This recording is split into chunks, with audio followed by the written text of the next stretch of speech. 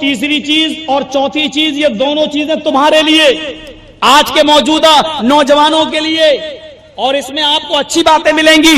تیسری چیز پر غور کیجئے، پہلی چیز شرک مت کرنا، دوسری چیز ماں باپ کو مت ستانا، اور تیسری چیز وَلَا تَتْرُكَنَّ الصَّلَاةَ مَكْتُوبَةً مُتَعَمِّدًا فَإِنَّ مَنْ تَرَكَ الصَّلَاةَ مَكْتُوبَةً مُتَعَمِّدًا فَقَدْ بَرِئَتْ مِنْهُ ذِمَّةُ اللَّهِ۔ نماز کبھی فرض نماز قصدن جان بوجھ کر مت چھوڑنا۔ انڈیا پاکستان کا میچ آ رہا، آخری اوور دیکھ لوں پھر جاؤں گا نماز پڑھنے۔ انڈیا آسٹریلیا کا میچ آ رہا ہے، دیکھ لو یار میچ بار بار تھوڑی آتا، چلو نماز تو بعد میں بھی پڑھ لیں گے۔ فرمایا وَلَا تَتْرُكَنَّ صَلَاةً مَكْتُوبَةً مُتَعَمِّدًا، فرض نماز کبھی قصدن جان بوجھ کر مت چھوڑنا۔ اذان کی آواز آئی اور چلو نکلو اپنے گھر سے مسجد کی طرف جاؤ، نماز پڑھتے رہنا، فرض نماز۔ ہاں ایسا ہو سکتا ہے کہ کبھی آپ کو ایمرجنسی کام ہے، فرض نماز پڑھ لیجیے، سنت چھوڑ کے آپ چلے جائیے، ایسا کر سکتے، لیکن فرض نماز آپ کبھی، باپ بیمار ہے آپ کو لے کے جانا ہے لیکن جماعت کھڑی ہے، جلدی سے آئیے نماز پڑھ لیجیے اور سنت چھوڑ دیجیے اور باپ کو لے کے اسپتال پہنچ جائیے۔ فرض نماز قصدن جان بوجھ کر نہیں چھوڑنا ہے۔ آگے اللہ نے کیا فرمایا؟ فَإِنَّ مَن تَرَكَ صَلَاةً مَكْتُوبَةً مُتَعَمِّدًا، جو فرض نماز جان بوجھ کر چھوڑتا ہے، فقط بریت منہ ذمۃ اللہ، تو اللہ کی ذمہ داری اس کے اوپر سے ہٹ جاتی ہے۔ اب اللہ کی کوئی ذمہ داری نہیں، مرو کٹو جو چاہو، چاہے آسام میں کاٹے جاؤ گے، برما میں کاٹے جاؤ گے، تم گوہاٹی میں کاٹے جاؤ گے، جب تم نے اللہ کے احکام کا رعایت نہیں کی ہے اور اللہ کے اصولوں پر تم نے قیام نہیں کیا ہے تو اللہ کو بھی اب تمہاری کوئی پرواہ نہیں ہے۔ کٹو، دنیا میں کوئی ملک ایسا نہیں ہے جہاں ہم مارے نہیں جا رہے ہوں، جہاں ہم کاٹے نہیں جا رہے ہوں۔ خود مسلمانوں کے ملک کے حال دیکھ لیجئے، پاکستان کا حال یہ ہے کہ وہاں شیعہ اور سنی آپس میں مرے جا رہے ہیں، مسجدوں میں بمباریاں ہو رہی ہیں، آپس میں مسلمان کا قتل کر رہا ہے۔ آپ دیکھ لیجئے عراق کا کیا حال ہے، افغانستان کا کیا حال ہے، آپ دیکھ ڈالیے جو اپنے ملک ہیں ان ملکوں کا، لیبیا کا کیا حال ہے، انڈونیشیا کا کیا حال ہے۔ آج مسلمانوں کو کہیں دو گھوٹ پانی نہیں مل رہا ہے، کیوں؟ یہ اللہ کے رسول نے فرمایا تھا جب تم اللہ کی پرواہ نہیں کرو گے تو اللہ کو کی کوئی ذمہ داری نہیں رہتی ہے، اللہ کی کوئی ذمہ داری نہیں ہے۔ مرو کٹو، گاجر اور مولی تو پھر بھی چھیل کے کاٹی جاتی ہے، تم گاجر اور مولی سے بھی زیادہ بدتر طریقے سے کاٹے جاؤ گے، تمہیں پوچھا بھی نہیں جائے گا۔ جو مجرم ہوتا ہے اس سے آخری خواہش پھر بھی پوچھی جاتی ہے، لیکن تم کو اس طریقے سے مارا جائے گا کہ تم سے آخری تمنا بھی نہیں پوچھی جائے گی۔ فَإِنَّ مَن تَرَكَ صَلَاةً مَكْتُوبَةً مُتَعَمِّدًا فَقَدْ بَرِئَتْ مِنْهُ ذِمَّةُ اللَّهِ۔ کٹو مرو۔ نماز کا حال یہ تھا، ایک بار عمر ابن عبدالعزیز کا بیٹا، عمر ابن عبدالعزیز جانتے ہیں؟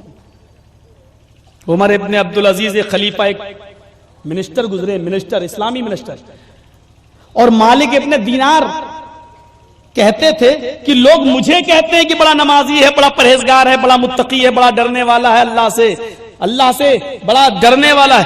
لوگوں میں اللہ سے کہاں ڈرتا ہوں۔ مالک ابن دینار بہت نمازیں پڑھتے تھے، دن میں روزہ رکھتے تھے، رات میں اٹھتے تھے اور اللہ کی عبادت کرتے تھے، تو لوگوں نے ان کو اس حال میں دیکھا تو کہا مالک ابن دینار تو بہت زیادہ عبادت کر، بہت زیادہ اللہ سے ڈرتا ہے۔ تو مالک ابن دینار نے جب سنا کہ اللہ سے بہت زیادہ ڈرتا تو کہنے لگے لوگوں اللہ سے میں کہاں ڈرتا ہوں، نماز پڑھ لینا اللہ سے ڈرنا نہیں ہوا، روزہ رکھ لینا اللہ سے ڈرنا نہیں ہوا، رات میں اٹھ جانا اور نماز پڑھنا یہ اللہ سے ڈرنا نہیں ہوا۔ اللہ سے ڈرنا دیکھنا ہے تو عمر ابن عبدالعزیز کو دیکھو، متقی و پرہیزگار دیکھنا ہے تو عمر ابن عبدالعزیز کو دیکھو۔ منسٹر ہے، سونا اور چاندی کا ڈھیر ان کے پاس آیا لیکن انہوں نے جوتے کی نوک پر ٹھکرا دیا۔ دنیا ان کے سامنے منہ کھول کے آئی لیکن انہوں نے دولت کو اپنے ہاتھ نہیں لگایا۔ ایک قمیض تھی ان کے پاس، ہمارے پاس تو دو تین جوڑے ہوتے ہیں، 10 جوڑے، ان کے پاس ایک قمیض تھی، گندی ہو جاتی تھی تو اسی کو دھلتے تھے اور اسی کو پہن کر پھر بیٹھتے آفس میں بیٹھا کرتے تھے، اپنی ایک قمیض میں، ایک کپڑے میں اپنی پوری زندگی گزار لی۔ فرمایا متقی اس کو کہتے ہیں کہ جس کے پاس دنیا آئی، سونا اور چاندی آیا اور اس نے اس کو ہاتھ نہیں لگایا اور دھتکار دیا جوتے کی نوک پر۔ یہاں تو سارا جھگڑا دولت کا ہے۔ اگر باپ بیٹے سے ناراض ہے تو دولت کی وجہ سے، بیٹا اپنے باپ سے ناراض ہے تو زمین و جائیداد کی وجہ سے، شوہر اگر اپنی بیوی سے ناراض ہے تو دولت و جائیداد کی وجہ سے۔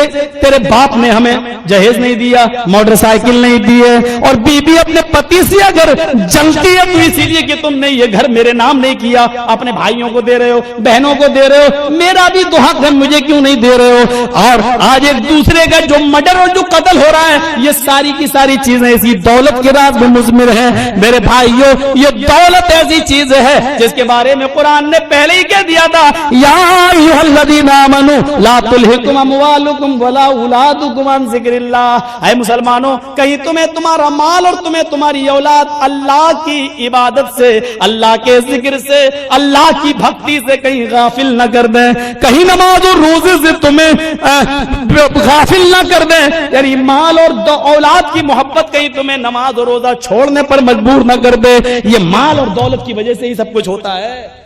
بیٹھا نوجوان، ارے بھائی اذان ہو رہی، تم جاؤ نماز پڑھنا۔ اب پیسہ ہے، دولت ہے، اب جانا بھی چاہ رہا ہے نماز پڑھنے۔ ہاں ایک فون آ گیا، ہیلو بھائی میں نے 4 ٹرک مال بھیجا ہے، ایک ٹرک میں نمبر 2 کا مال ہے، پولیس پیچھا کر رہی ہے، جاؤ ذرا جلدی جاؤ۔ اب نماز پڑھنے جاؤں کہ ٹرک؟ رکھ دیا فون، چھوڑ دی نماز، بھاگ رہا ہے، اپنا مال چھڑانا چاہ رہا ہے، معاملات یہاں تک بڑھ جاتے ہیں۔ میرے بھائیوں، فرمایا جب غریبی میں تو نماز نہیں پڑھ سکا تو اب امیر بن جائے گا، جب تیرے پاس وقت ہی نہیں ہوگا اب تو عبادت کرے گا۔ عمر ابن عبدالعزیز کا بیٹا ایک بار نائی کی دکان پہ بیٹھ گیا اور بال کٹوانے لگا، باربر کی دکان پہ بیٹھ گیا اور بال کٹوانے لگا۔ اذان، عصر کی اذان ہو گئی، جماعت ہو گئی، نماز ہو گئی، جب